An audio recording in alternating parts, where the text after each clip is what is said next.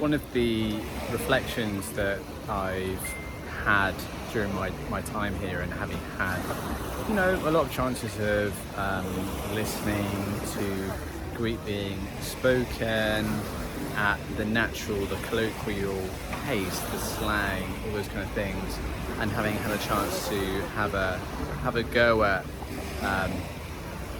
essentially just putting myself out there and trying to interact, trying to communicate, transmit a message. It's a very humbling experience, I find, because you're constantly in this, I think, battle with yourself to maintain motivation, to stay consistent, to keep practicing, and that's really dependent on the feeling of achievement and making progress.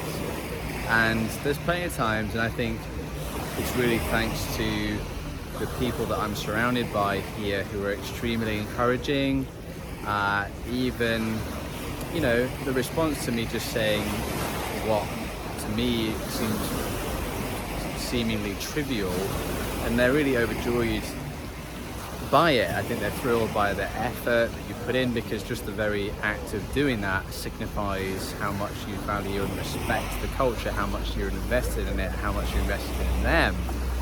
And that's what I'm trying to focus on, is the effort invested on my part. That's something I have more control over. In a way that I don't have necessarily on how well I'm going to speak. The humbling part is that, and it's something you just have to make peace with, the fact that you're going to be a dummy from time to time. So you're going to make mistakes. You're going to F up. It's just a reality.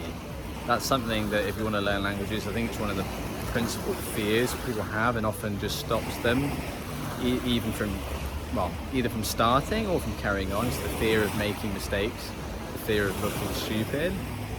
But I think I've just learned to accept that that's going to happen, but not to let it stop me, that it's just part of the course. Sooner or later, I'm going to get the grip of this language. I can already feel it happening now, and I think it's always a work in progress in reality. It's never going to be a finished product. I still say shit wrong in English sometimes, and it's my native mother tongue language. So before honestly, I'd make a mistake and I'd be thinking about it for probably like a few days to a week. Now I just try and laugh it off and just learn something from it. So just stay chilled, see it as part of the process. Mistakes are inevitable, but may as well try and enjoy the ride and have fun. Otherwise, if it ends up feeling like a chore, you're never going to carry on, and it's all about the journey, right?